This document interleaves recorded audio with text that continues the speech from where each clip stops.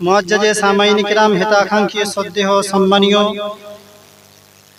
পীরে তরিকত রাহবরে রাহে শরিয়ত আল্লামা মাওলানা ডক্টর ও প্রফেসর ইকবাল সাল কাদরি মাদ্দাজিহুল আলী ফখরে নুরানি এবং স্টেজে উপবিষ্ট উলামায়ে কেরামগণ এবং তোলাবায়ে ইজাম এবং আমার দিনদার পরেজগার আল্লাহওয়ালা বাবাজিরা, সমবয়স্ক বন্ধু বান্ধবগণ, স্নেহের কচিকাছা বাচ্চারা এবং পর্দানশীন মা ও বোনেরা, আমি আপনাদের সম্মুখে খুতবা মাসনুনার পরে পরেই পবিত্র কোরআনে কারীম থেকে দুটি মশহুর এবং মারুফ আয়াতে কারিমা তেলাওয়াত করার শরফ হাসিল করেছি। আসুন এই আয়াতে কারিমাকে নিয়ে কিছু কথা আলোচনা করার পূর্বেই মহান আল্লাহ রাব্বুল আলামিনের দরগাহে দোয়া বা প্রার্থনা করি যে ইলাহুল আলামিন, আমরা তোমার এই পাক ও পবিত্র জায়গায় বসে পবিত্র কোরআনে কারীমের আয়াতকে নিয়ে আলোচনা করতে চলেছি। আলোচ্য বিষয়বস্তু জানার থেকে, বোঝার থেকে শ্রোতা বক্তা নির্বিশেষে আল্লাহ আমাদের বেশি বেশি করে আমল করার তৌফিক দান করুন। প্রত্যেকে বলি আমিন, আল্লাহুম্মা আমিন। মুআজ্জাজে সামাইন কিরাম, অল্প সময়ের মধ্যে অনেক কিছু কথা শোনাবার ইচ্ছা রাখি। যদি হুজুর পাকের নিগাহে করম হয় তাহলে হয়তো কিছু জিনিস বোঝাবার চেষ্টা করাবো, কারণ আমাদের জবান নাপাক, আমাদের দিল নাপাক, আমাদের দিমাগও নাপাক। কথা বুঝে এসছে? আমি আমার জন্য বলছি, কাউরির জন্য বলছি না। আপনারা তো নিঃসন্দেহে পাক এবং পবিত্র, আপনাদের বিষয়ে আলোচনা করব না। আমি নাচিজ, আমি আমার নিজের বিষয় নিয়ে আলোচনা প্রথম করি।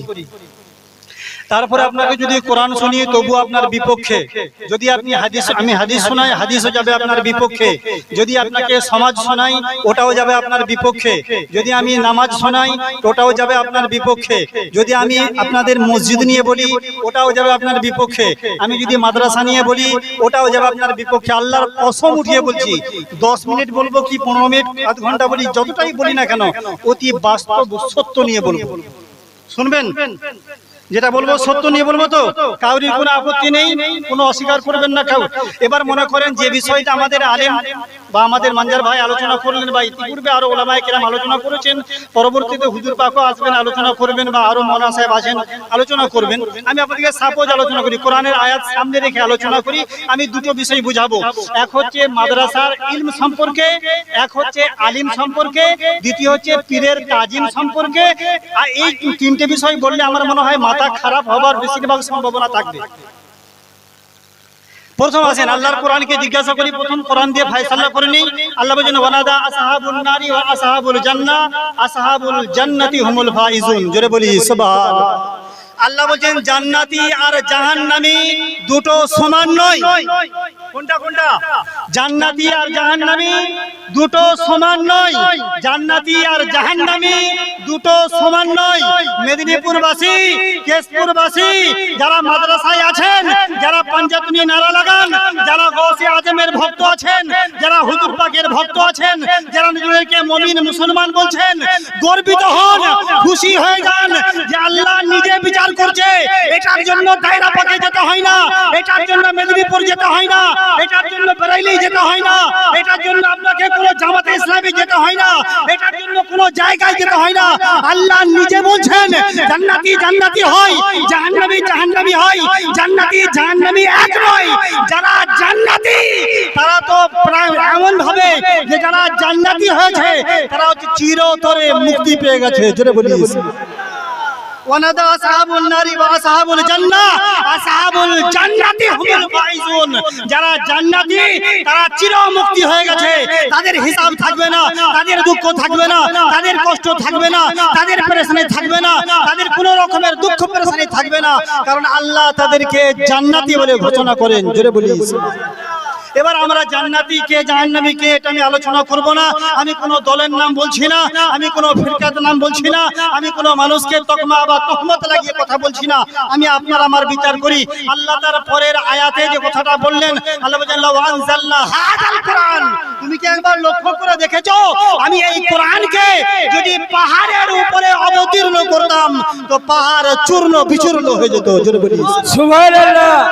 এখানে ইলাহুল আলামিন মাবুদ মাওলা তোমার কোরআনের যদি এত পাওয়ার হয়, তোমার কোরআনের যদি এত ক্ষমতা হয়, তোমার কোরআনে যদি এত তাসির হয়, তোমার কোরআনে যদি এত বড় মুজিজা হয়, ইলাহাল আলামিন এই মুজিজা আমার নবী মুস্তাফার উপরে প্রথম প্রযোজ্য ছিল।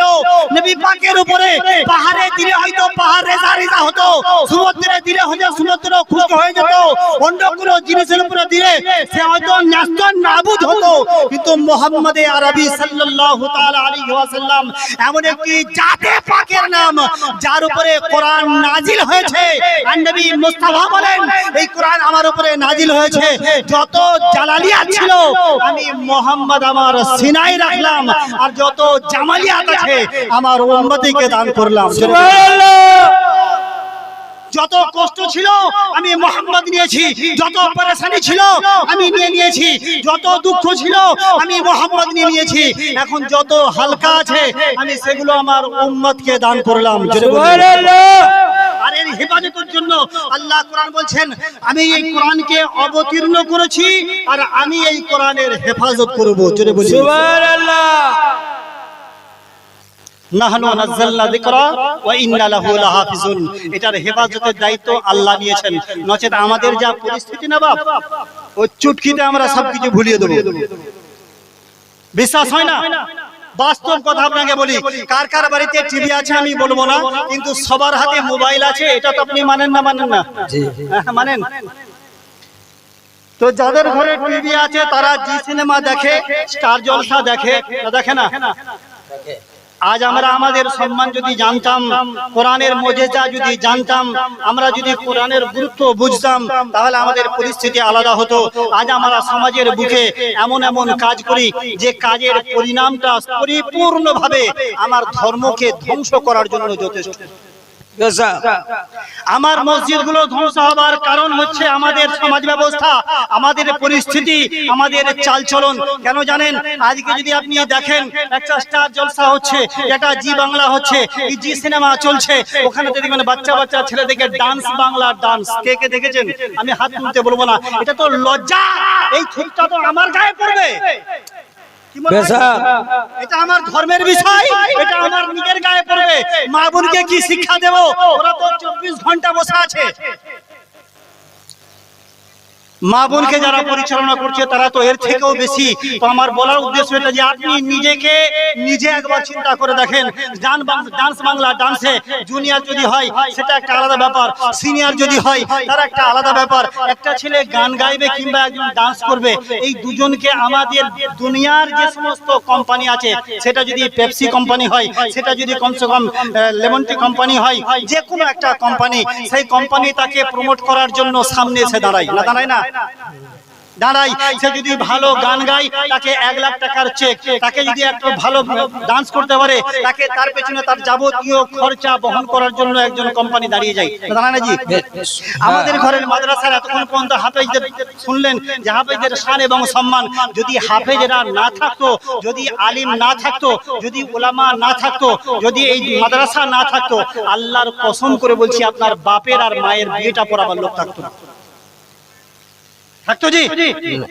তার মানে আপনার মা আর আপনার বাপকে জায়েজ বা হালাল করার জন্য যে মূল মন্ত্র ব্যবহার করা হয় আর সেটা শিক্ষা দেয়, সেটার নাম হচ্ছে মাদ্রাসা গাউসিয়া। জোরে বলি সুবহানাল্লাহ। আল্লাহু আকবার। ইয়া রাসূলুল্লাহ, ইয়া আলী, ইয়া গাউস, नहीं छोड़ेंगे, नहीं छोड़ेंगे। जिंदाबाद, जिंदाबाद, जिंदाबाद। এবার এই মাদ্রাসাটাকে, এই মেশিনটাকে যিনি বসিয়েছেন তার অবদান আরো বেশি। সেটা হচ্ছে আমাদের পীর মুর্শিদ হযরতে মানান শাহ আল কাদেরী। জোরে বলি সুবহানাল্লাহ। এটা তো কেশপুরের মানুষের ভাগ্য যে তিনি এতিমের জন্য এরকম ব্যবস্থাপনা করে দিয়েছেন যে আমি যদি দুমুঠো খেতে পারি তো আল্লাহর নবীর ঘরের এতিম বাচ্চারাও দুমুঠো খেয়ে ইসলাম এবং দ্বীন শিক্ষা করতে পারবে। জোরে বলি সুবহানাল্লাহ। এজন্য আপনাদের মেহনত ছিল। এবার যদি আপনি দেখেন, আপনার যদি এতটুকু নয় যে বিয়েটা পড়িয়ে জায়েজ করে দিয়ে এটা নয়, বরঞ্চ আপনার মা বাপ ইন্তেকাল করলে জানাজায় কোনো কাওয়ালি হবে না, জানাজায় কোনো জায়গায় ঢোল হবে না, জানাজায় অন্য কোনো কাজ হবে না, সেখানেও দরকার পড়বে আলেম উলামা। জোরে বলি সুবহানাল্লাহ। এখানে আপনার জানাজার নামাজের জন্য আলিম দরকার, এখানে আপনার খতমের জন্য আলিম দরকার, এখানে আপনার নামাজের জন্য আলিম দরকার, এখানে আপনার তারাবির জন্য আলিম দরকার, এখানে আপনার মাসলা মাসাইলের জন্য আলিম দরকার, এখানে আপনার মেয়ের বিয়ের জন্য আলিম দরকার, এখানে আপনার ছেলের বিয়ের জন্য আলিম দরকার, এখানে আপনার তিজার জন্য আলিম দরকার, এখানে আপনার 40-এর জন্য আলিম দরকার, এখানে আপনার ফাতিহার জন্য আলিম দরকার, এখানে আপনার খুতবার জন্য আলিম দরকার, এখানে আপনার মসজিদের জন্য আলিম দরকার। এক কথাই বলা যায়, আপনার ছেলে জন্মালে আজানের জন্য আলিম দরকার, আপনার ছেলে মারা গেলে জানাজার জন্য আলিম দরকার। জোরে বলুন। আর এই আলিমের কারখানা হচ্ছে মাদ্রাসা। এই মাদ্রাসায় দুটো চাল দিতে গেলে আমাদের কষ্ট হয়, এই মাদ্রাসায় ফতোয়া দিতে গেলে আমাদের কষ্ট হয়, এই মাদ্রাসায় যাকাত দিতে গেলে আমাদের কষ্ট হয়। ওদেরকে গান বাজনাওয়ালাদেরকে প্রমোট করার জন্য লাখ লাখ টাকার জন্য কোম্পানি হাজির আছে, ওখানে পেপসি আছে, ওখানে কোকাকোলা আছে, ওখানে মাজা কোম্পানি আছে, ওখানে অডিও কোম্পানি আছে, ওখানে অরিজিন কোম্পানি আছে, ওখানে ভিডিও কোম্পানি আছে। কিন্তু আল্লাহর নবী বললেন, ওদের বড় বড় কোম্পানি থেকে আমার কোম্পানি সবথেকে বড়, কারণ আমি ইসলামের বুনিয়াদকে এমন ভাবে সৃষ্টি করেছি, আমি নবী মুস্তাফা ইসলামের বুনিয়াদকে এমন রেখেছি, তোমরা তোমাদের যাকাতের টাকাটা যদি বার করে দাও, তোমরা যদি ওসুরের টাকাটা বার করে দাও, তোমরা যদি ফিতরার টাকাটা বার করে দাও, তোমরা যদি তোমাদের নিজেদের টাকার যাকাতগুলো বার করে দাও, তোমরা যদি তোমাদের জমির ওসরগুলো বার করে দাও, এতে অন্য কোনো কোম্পানির দিকে তাকাতে হবে না।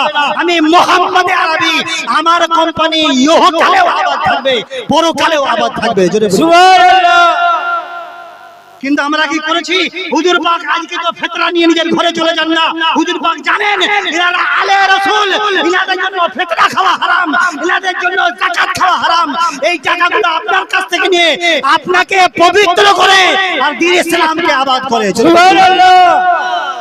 আপনি লক্ষ্য করেছেন, আজকে প্রফেশনালি ছেড়ে দিয়ে আপনার সরজমিনে বসে আছে, নিজের কারবার ছেড়ে দিয়ে আপনার দরবারে বসে আছে, নিজেদের ব্যবসা ছেড়ে দিয়ে আপনার খাতিরে এখানে হাজির হয়েছে, শুধু আপনার জন্য নয়, নবী মুস্তাফার দ্বীনের জন্য। জোরে বলুন সুবহানাল্লাহ। আপনি কতটা পরিত্যাগ করেছেন? আজকে নিজের পকেট খালি করতে পারবেন না, আপনি নিজের আজকে নিজের টাকাটা দান করতে পারবেন না, আপনি নিজের জমির ওসরটা দান করতে পারবেন না, আপনি নিজের মেহনতের টাকা থেকে এই মসজিদকে আবাদ করার জন্য, এই মাদ্রাসাকে আবাদ করার জন্য শুধু আলেম নয়, ওয়ানাদা আসহাবুন নারি ওয়া আসহাবুল জান্নাহ, আসহাবুল জান্নাতি হুমুল ফাইজুন। আমি অন্য কোনো মাদ্রাসার নাম করছি না, যে মাদ্রাসা ফাতিহায় বাধা দেয়, যে সিরনিতে বাধা দেয়, যে সালাতে বাধা দেয়, যে মাজারে বাধা দেয়, যে সাজদায় বাধা দেয়, যে তাজিমে বাধা দেয়, সেই মাদ্রাসার কথা বলি না, যে এগুলোকে আবাদ করে। আমি গাউসিয়ার কথা বলছি। জোরে বলি সুবহানাল্লাহ। ওখানে আপনি টাকা দিলে ওখানে জান্নাতি হবেন না জাহান্নামী হবেন, আমি ওই ফতোয়া দেব না। কিন্তু আমি তো ফতোয়া দেব, যদি গাউসিয়াই দেন তাহলে গাউসে পাকও খুশি হবে আর আপনার পীর কেবলাও খুশি হবে। সুবহানাল্লাহ। সুবহানাল্লাহ। ওদের মাদ্রাসা থেকে বেরিয়ে যদি চেহলাম বন্ধ করে, এই মাদ্রাসা থেকে বেরোলে চেহলাম জরুরি চালাবে। জোরে বলি সুবহানাল্লাহ। ওদের যদি কমসে কম কিয়াম বন্ধ করে, এই মাদ্রাসা ফজরে কিয়াম চালু করে দেবে। ওরা যদি সালাত বন্ধ করে, এরা সালাত চালু করে দেবে। ওরা যদি তাজিম বন্ধ করে, এরা তাজিম ও তাকরিম চালিয়ে দেবে। ওরা যদি পীর ধরতে মানা করে, এরা পীর ধরার ফজিলত বয়ান করবে। সুবহানাল্লাহ। সুবহানাল্লাহ। এবার আপনি টাকাটা কোন দিকে দেবেন? ওয়ানাদা আসহাবুন নারি ওয়া আসহাবুল জান্নাহ ওয়া আসহাবুল জান্নাতি হুমুল ফাইজুন। এবার আপনি কোন দিকে টাকা দেবেন, কোন দিকে দেবেন না, এটা আপনার নিজের মন মানসিকতা থাকবে। কারণ আমরা আমাদের তাজিমান যে সমস্ত বিষয়গুলো দেখি, সেগুলো দিকে লক্ষ্য রেখে আমাদের করণীয় কাজগুলো বাড়াবো। আসুন আরো কিছু কথা আলোচনা করার পূর্বেই আল্লাহর নবী সাল্লাল্লাহু তাআলা আলাইহি ওয়াসাল্লামকে হাজির এবং নাজির জেনে উচ্চ স্বরে ভক্তি ভরে একবার দরুদে পাক পড়েন। আল্লাহুম্মা সাল্লি আলা সাইয়্যিদিনা মাওলানা মুহাম্মদ ওয়া আলা আলি সাইয়্যিদিনা মাওলানা মুহাম্মদ। আপনারা যারা পিছনে বসে আছেন সামনে চলে আসুন, সামনে অনেক জায়গা আছে, আপনারা চলে আসুন ভাই, সামনে চলে আসুন। যারা আশেপাশে ঘোরাফেরা করছেন আপনারাও চলে আসুন, আপনাদেরকে অনুরোধ করছি, হুজুর পাকের নির্দেশ আছে আপনারা চলে আসুন। আপনাদের সামনে আমাদের যে মাদ্রাসার যে বাচ্চা আজকে নায়েব হাফেজ হয়েছে এসে উপস্থিত হয়ে গেছে। দেখছেন আপনাদের এই গ্রামের ছেলে, আপনাদের এই পাশের ছেলে, এনাকে আপনারা নিশ্চয়ই চিনেন, এনার আব্বাকে চেনেন, বা এই বাচ্চা কিভাবে ওই ফ্যামিলি থেকে উঠে এসে আজকে এত বড় একটা মজলিসে উনি এসে এখানে বসেছেন। এতে আপনাদের সাহায্য আছে এবং আল্লাহর রহমত আছে। আপনারা যারা দূরে ঘোরাফেরা করছেন, হুজুর এখনই আসছেন, আপনারা চলে আসুন। ভাই আপনারা দয়া করে সামনের দিকে চলে আসুন, পেছনটা খালি করে সামনের দিকে চলে আসুন। মৌলানা সাহেব, হ্যাঁ ভাই, একটু সামনে সামনে চলে আসুন। হুজুর পাকের নির্দেশ মানে এখানে তো আর অন্য কোনো কথা বলার আছে বলে আমি তো মনে করি না।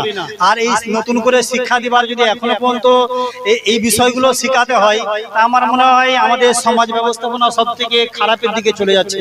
যাক, আমি আপনাকে এই বিষয়ে কিছু কথা বলার জন্য এসেছি। হুজুর পাক আসা পর্যন্ত হয়তো আমি 2-10 মিনিট সময় পাবো, কথা আলোচনা করব। আসুন এই আলোচনার মধ্যে নবী পাক সাল্লাল্লাহু তাআলা আলাইহি ওয়াসাল্লামের মহব্বতে আরেকবার দরুদ পাক করেন। আল্লাহুম্মা সৈয়দনা মৌলানা মুহাম্মদ ওয়ালা আলে সৈয়দনা মৌলানা মৌলানা মুহাম্মদ। তো মুআজ্জাজ সামাইর ইকরাম, কথা আলোচনা হচ্ছিল যে আমাদের এই মাদ্রাসা থেকে যে হাফিজে কোরআন বেরিয়েছে, এনাদের দায়িত্ব আরো বেড়ে গেল না কমে গেল? আচ্ছা, আমাদের সমাজের এটা উপকার করবে না ক্ষতি করবে? উপকার করবে। উপকার করলে আপনার কর্তব্য কি? হাল জাযাউল ইহসানি ইল্লাল ইহসান, ইহসানের বদলা ইহসান। জোরে বলি সুবহানাল্লাহ। এটা যদি দেখেন, যদি একটা ইউটিউবে হোক কিংবা ফেসবুকে হোক কিংবা টুইটারে হোক কিংবা জি বাংলায় হোক কিংবা জি সিনেমায় হোক কিংবা ডান্স বাংলা ডান্সে হোক, তাকে দেখে আপনারা লাইক করেন, তাকে দেখে আপনারা কমেন্ট করেন, তাকে দেখে আপনারা শেয়ার করেন, তারা দিন দিন উন্নত দিকে যায়। তারা আজ যে স্টেজে ছিল তার থেকে বড় স্টেজে যায়, কিন্তু সমাজের বুকে আজকে লাথি মারতে মন যায়। এজন্যই যে আজকে আমাদের মনে হয় হাফেজ করাটা একটা পাপের কাজ। মাযাল্লাহ, আস্তাগফিরুল্লাহ বলতে নেই। যদি এটা জায়েজ হতো, যদি এটা আমরা ভালো মনে করতাম, তা আমাদের ঘরে ঘরে কোরআনের হাফেজ হতো। জোরে বলি সুবহানাল্লাহ। হতো না? হতো না জি? হতো। আমাদের 5টা ছেলে একটা হাফেজ নয়। এই মাত্র আমার মানজার ভাই বলছিলেন না, হাজার মানুষের বাস আমাদের গ্রামেতে, হাফেজ কিন্তু একটা আধটা নাকি জি? একটা আধটা, এর বেশি আমাদের হাফেজ হয় না। 2টো কি 5টা হাফেজ হয়, তার বেশি আর হয় না। কেন এটা হয় না? কারণ আমরা কোরআনের তাজবিদ আমরা বুঝি না, কোরআনের তারতিল আমরা বুঝি না, কোরআনের মুজিজা আমরা বুঝি না, কোরআনের মেহমানদারি আমরা বুঝি না, কোরআনের ফায়দা আমরা বুঝি না। যে জিনিসটার ফায়দা মানুষ বোঝে সেটাকে নিয়ে বেশি বাড়াবাড়ি চলে, আর যেটার ফায়দা বোঝে না মানুষ সেটা থেকে ফিরে আসে। আর তাজিম আর তাকরিম, আমি যদি আপনাকে তাজিম শোনাই, আজকে মাওলা আলীর জীবনী নিয়ে আলোচনা হচ্ছে। মাওলা আলী রাদিয়াল্লাহু তাআলা আনহুর একটা জীবনী ছোট্ট করে বলি। আপনি আপনার পীরকে কেমন মহব্বত করবেন, আপনি আপনার মুর্শিদকে কেমন তাজিম করবেন, আপনি আপনার পীর ও মুর্শিদকে কেমন মহব্বত করবেন, যেটা হুকুমটা কতটা গ্রহণযোগ্য। আজ থেকে আপনি 150 বছর পরে 1500 বছর পরে পিছনে চলে আসেন। আল্লাহর নবী সাল্লাল্লাহু তাআলা আলাইহি ওয়াসাল্লাম মক্কার সরজমিনে জন্মগ্রহণ করেছেন, কিন্তু নবী এখন নবুয়তের প্রচার করেন নাই। জোরে বলি সুবহানাল্লাহ। নবী এখন নবুয়তের প্রচার করেন নাই, নবী জন্মগ্রহণ করেছেন। এখন এই জন্মগ্রহণ করার পরে পরেই আল্লাহর নবীর চাচার ঘরেতে, আল্লাহর নবীর চাচার ঘরে এবং তার ভাতিজা জন্মগ্রহণ করেছে। এই ভাতিজা যখন জন্মগ্রহণ করবে, তার আগে থেকে আল্লাহর নবীর সাথে ভালো সম্পর্ক। জোরে বলি সুবহানাল্লাহ। পীর ও মুর্শিদ তেনার খেলাফতের জায়গাতে তেনার সুযোগ্য সাহেবজাদাকে বসিয়ে এলান করে দিয়েছেন, না করেন নাই? করেছেন। এখন তেনার যদি হুকুম হয় যে তোমরা মজমাটাকে ভালো করো, আমাদের করণীয় কাজ এক বাক্যে মেনে নেওয়া। এটা হচ্ছে পীর আর মুরিদের সম্পর্ক। জোরে বলি সুবহানাল্লাহ। শোনাচ্ছি কেমন ছিল মাওলা আলী, তিনার পীর ও মুর্শিদের বা তিনার মুর্শিদের কেমন তাজিম করতেন। এখন নবী মুস্তাফা জন্মগ্রহণ করেছেন, মাওলা আলী এখনো জন্মগ্রহণ করেন। ফাতেমা বিনতে আসাদ, আসাদের বেটি ফাতেমা এখন পেটেতে নিজের বেটাকে নিয়ে আছেন। নাম তার মাওলা আলী। কেউ বলে হায়দারে কাররার, তাকে দুনিয়াতেও আলী বলেছেন, আকাশেও আলী বলেছেন। সুবহানাল্লাহ। যিনার মেম্বার ছিল এত বড়, যিনি আদালত করতে জানতেন এবং তিনি ফজলও করতে জানতেন। জোরে বলি সুবহানাল্লাহ। যিনার আদাল ছিল এমনই, যদি চোর এসে বলতেন যে হুজুর আমি চুরি করেছি, আঙ্গুলটা সঙ্গে সঙ্গে কাটতেন। কাটার পরে লোকটা যেই ফিরে যায়, কিছু দূর যাবার পরেতে নিজের আঙ্গুলটা নিয়ে মনে মনে চিন্তা করছে, আলী যখন বিচার করে দিয়েছে কিয়ামতে আল্লাহ বিচার করবে না। জোরে বলি সুবহানাল্লাহ। আমাদেরকে যদি বলে হুজুর বিচার করে দিয়েছে, এরপরে আবার মেম্বারে যাব না, যাব না জি, আবার পঞ্চায়েতে যাব, এরপরে আবার থানা পুলিশে যাব, এরপরে আবার কোর্ট কাছারিতে যাব না, যাব না, যাই আমরা। আমাদের বিচার আলাদা, মাওলা আলীর বিচার আলাদা। একজন চোর এসেছে, চুরি করার পরে বলল হুজুর আমি চুরি করেছি, এখনো চোর সাব্যস্ত হয়নি, এখনো কেউ আমায় ধরতে পারেনি, কেউ জানে না। কেউ জানুক আর নাই জানুক, আরশওয়ালা আল্লাহ জানে, আর মাসনাদে বসে আলী জানে। জোরে বলি সুবহানাল্লাহ। আমি চাই আমার বিচার এখানেই হয়ে যাক। আঙ্গুল কাটা হয়ে গেছে, আঙ্গুলটা কাটার পরেতে যখন উনি চলে যাচ্ছেন, তার আগে তেনার একজন ভক্ত জিজ্ঞাসা করছেন হুজুর আদল কি এবং ফজল কি? ইনি বলছেন আদল এবং ফজল দেখাবার জন্য 10 মিনিট সময় দাও, যা আমি হুজ্জাত হিসাবে তোমাকে বুঝাবো এবং বাস্তবে তোমাকে দেখাবো। জোরে বলি সুবহানাল্লাহ। পারে না, পারে না? মাওলা আলী পারে। দেখাতে পারেন। দেখাবার জন্য এসেছেন। লোকটা যাই এলান করে আমি চুরি করেছি, আমার কেউ প্রমাণ নেই, কিন্তু আমি একরার করেছি আমি চুরি করেছি। উনি বললেন হাত কাটতে হবে না, একটা আঙ্গুল কেটে দিয়েছে। চোর কাটা আঙ্গুলটা নিয়ে রাস্তা থেকে বেরিয়ে যাচ্ছেন। লোক বলল কি হয়েছে তোমার আঙ্গুলটা কেন কেটে দিয়েছো? আঙ্গুলটা কে কাটলো? বলল মাওলা আলী ইনসাফ করেছেন। জোরে বলি সুবহানাল্লাহ। মাওলা আলী কিসের জন্য আমি চুরি করেছি, আর মাওলা আলীর কাছে স্বীকারও করেছি যে হুজুর আমি চুরি করেছি, এজন্য আমার আঙ্গুলটা উনি কেটে নিয়েছেন। কাটার পরে যখন কথাটা বলেছেন, এটা আদাল ও ইনসাফ হয়ে গেছে। পেছু মাওলা আলী লোকের কাছে একটা লোক পাঠিয়ে যাও, তাকে একবার ডেকে নিয়ে এসো। যেই ডেকে এনেছেন, মাওলা আলীর সামনে হুজুর কি হলো? আপনি ডেকেছেন, আমার এই একটা আঙ্গুলে বিচার হয়নি, যদি বিচার না হয় আপনি আমার হাত পর্যন্ত কেটে দেন, কারণ কোরআনের বিধান হচ্ছে চুরি সাব্যস্ত হলে হাত কেটে দিতে হয়। তো উনি বলছেন যে হাত কাটার জন্য নয়, আমি যেটা বিচার করেছি ওটা হচ্ছে আমার আদাল ছিল, কারণ এটা নবী মুস্তাফার বিচার, এটা আল্লাহ রাব্বুল আলামিনের বিচার, এজন্য আমি তোমার আঙ্গুল কেটেছি, ওটা আমি আদাল করে দিয়েছি। এরপর আমি মাসনাদে বসে এবার ফজল দেখাবো, আমার অনুগ্রহ দেখাবো, আমার কৃপা দেখাবো, আমার দয়া দেখাবো, আমার মুজিজা দেখাবো, আমার কারামত দেখাবো, আমি আলী আমার বেলায়েত দেখাবো। কাটা আঙ্গুলটা নিয়েছেন মাওলা আলী, আর তার কাটার জায়গায় লাগিয়ে নিজের আঙ্গুলটা হাতটা বুলিয়ে দিয়ে বলেন আল্লাহ আগে যা ছিল তার থেকে বেহতর করে দাও। সুবহানাল্লাহ। প্রথমে কেটেছেন, আবার দ্বিতীয়বারে জুড়ে দিয়েছেন। পাশে যে লোকটা সন্দেহ করতো তাকে উঠাইলেন, উঠে জিজ্ঞাসা করেছে বলো যে প্রথমবারে যেটা আমি কাটলাম এটা হচ্ছে কোরআনের আদাল ছিল, কোরআনের হুকুম ছিল, কোরআনের নিয়ম ছিল, আমি আল্লাহ সেটা আলী সেটা পালন করেছি, আর এটা যেহেতু আমার অন্ধ ভক্ত ছিল এজন্য আমি এটা তার উপরে ফজলও করেছি। সুবহানাল্লাহ। এই আলী রাদিয়াল্লাহু তাআলা আনহু তিনার পীর ও মুর্শিদকে কেমন ভাবে ভালোবাসতেন, কতটা ভালোবাসতেন, কতটা ভক্তি করতেন। এখন ফাতেমা বিনতে আসাদের বেটি ফাতেমার গর্ভের ভিতরে মাওলা আলী রাদিয়াল্লাহু তাআলা আনহু আছেন, এবং এই সময়তে নবী পাক সাল্লাল্লাহু আলাইহি ওয়াসাল্লাম এখনো নবুয়ত প্রচার করেননি, কিন্তু নবী তখনও তো নবী ছিলেন। নবী পাক সাল্লাল্লাহু আলাইহি ওয়াসাল্লাম যখনই ঘরে আছেন না, তো তখন ফাতেমা বিনতে আসাদ পেটেতে মাওলা আলীকে নিয়ে যদি বসে থাকতেন, আল্লাহর নবী ঢোকার সঙ্গে সঙ্গে ফাতেমা উঠে দাঁড়িয়ে যেতেন। জোরে বলি সুবহানাল্লাহ। আবু তালেব এই জিনিসটাকে বারবার লক্ষ্য করে, যখনই মোহাম্মদ আমার ঘরে আসে তখনই আমার স্ত্রী উঠে যায়, আমার স্ত্রী তাজিমান দাঁড়ায়। মোহাম্মদ যখন সামনে তখন এদিকে আমার ফাতেমা সামনের দিকে যায়, মোহাম্মদ যখন পিছনে ফাতেমা তখন পিছনে পিছনে যায়, মোহাম্মদ যখন আগায় তো ফাতেমা তখন এগিয়ে যায়, মোহাম্মদ যখন পেছায় তখন ফাতেমা পেছিয়ে যায়।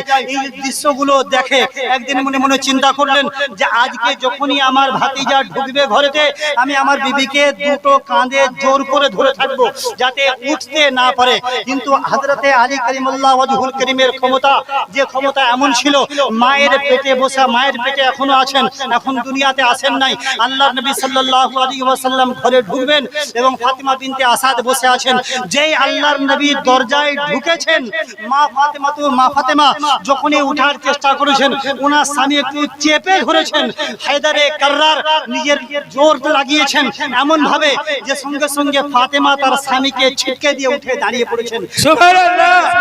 যখন দেখলেন দাঁড়িয়ে পড়েছে, জিজ্ঞাসা করেছে, ফাতেমা তুমি তো খুব জীর্ণ শীর্ণ, তোমার মধ্যে তো এত ক্ষমতা নেই যে আমি আবু তালেব আমাকে ছিটকে দাও। বলছে সত্যি করে বলছি জাহাপনা, আমার মধ্যে সত্যি এতটা ক্ষমতা নেই, কিন্তু যখনই মুহাম্মদকে দেখি অটোমেটিক আমার মধ্যে ক্ষমতা বেড়ে যায়। সুবহানাল্লাহ।